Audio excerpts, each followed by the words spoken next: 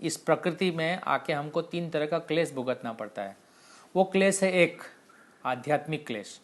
ये क्लेश उत्पन्न होता है मन और शरीर से। जैसे कि ऑफिस में बॉस ने झाड़ दिया तो उसके मन में क्या होता है, दुख। अच्छा काम करने के बाद उसको मिलता क्या है, डांट, तो ये मन से दुख हो गया। उसी तरह से माता पिता, परिवार, बच्चे, उसमें दुख होता है। किसी ने आपका अपमान कर दिया तो फिर मन में दुख होता है।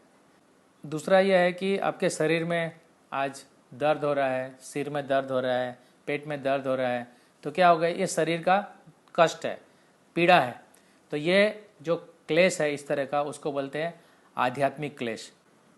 दूसरे तरह का क्लेश है आदि भौतिक क्लेश।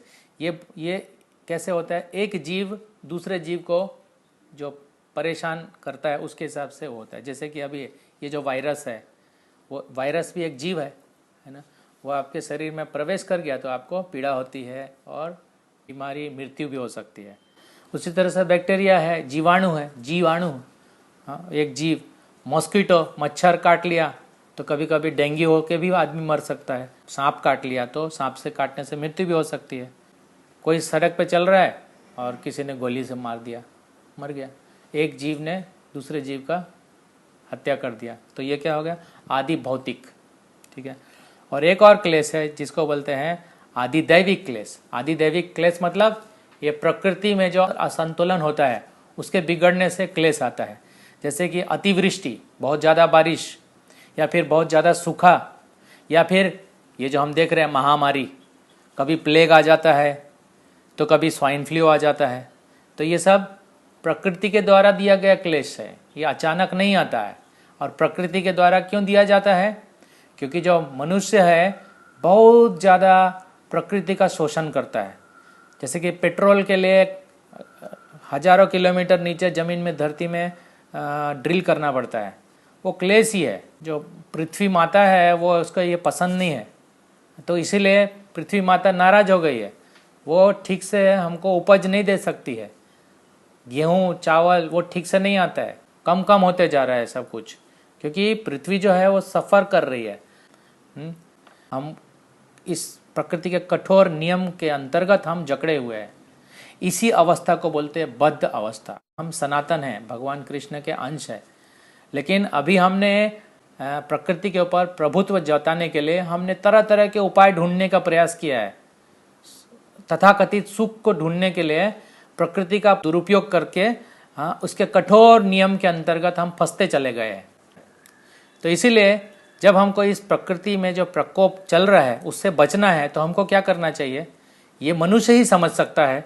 इसलिए मनुष्य का एक ही लक्ष्य होना चाहिए कि जो भगवान जो नियम बताए हैं उसको बोलते हैं प्राकृतिक नियम, आध्यात्मिक और भौतिक नियम जो है उसको जान लेना, यानी कि भगवान के प्रकृति को जान लेना और भगवान को जान लेना, भगवान की इच्छा को जान लेना, भगवान जो परम पिता है उनको जान लेना, उनका सेवा करना ही मनुष्य का परम लक्ष्य है। जन्म कर्म च में दिव्यम एवं यो वेत्ति तत्वतः त्यक्तवा देहम पुनर्जन्म नायति मामेति स्वर्जुना। भगवान कृष्ण बोलते हैं कि जो जन्म मृत्यु का चक्कर है वो खत्म हो जाएगा अगर जीव जो मेरा सनातन अंश है वो वापस मेरे जो जन्म और कर्म के बारे में तत्व से समझने का प्रयास करेगा, तो वो ये शरीर छूटने के बाद मेरे पास आएगा, सनातन धाम को आएगा। क्योंकि जिसने भी जन्म लिया है उसका मृत्यु निश्चित है और फिर से वापस जन्म लेगा। पर जो भगवान कृष्ण का सेवा करेगा तो वो भगवान के दिव्यता को जानेगा, और जैसे भगवान को दिव्यता को जानेगा तो ये शरीर छोड़ने के बाद वो वापस इस भौतिक प्रकृति के में नहीं आएगा। तो कहाँ जाएगा, भगवान के सनातन धाम जाएगा। तो भगवद गीता में हमें ये जानकारी मिलता है और यही होना चाहिए मनुष्य जीवन का लक्ष्य। तो हमें कोई कोरोना नहीं मार सकता है, कोई भी प्रकार का प्लेग नहीं मार सकता है, क्योंकि भगवद गीता का शिक्षा ही है कि हम सनातन हैं। तो हमें कौन मार सकता है, कोई नहीं मार सकता है, क्योंकि आत्मा जो सनातन है चित्त कण है, जैसे हमने बताया भगवान का एक अंश है हम। तो अगर हम सोच रहे हैं कि हमको कोई मार रहा है तो हमारा शिक्षा सही नहीं है, हमने ठीक से समझा नहीं है। पहला शिक्षा यही है कि हम सब भगवान के सनातन अंश है। तो फिर आप पूछ सकते हैं तो फिर क्यों तकलीफ है ऐसा? तो तकलीफ इसलिए है कि हम अपने आप को शरीर मान के बैठे हैं, और है क्या हम भगवान के सनातन अंश है, आत्मा है।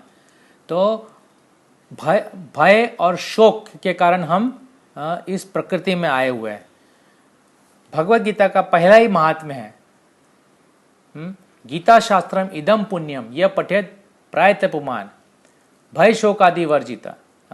जो भगवत गीता को नियमित रूप से पढ़ता है ध्यानपूर्वक एकाग्रता से, तो क्या होगा, धीरे धीरे उसका भय और शोक चला जाता है, भगवान के सनातन स्थिति को समझता है और भगवान के दिव्य सेवा में लग जाता है।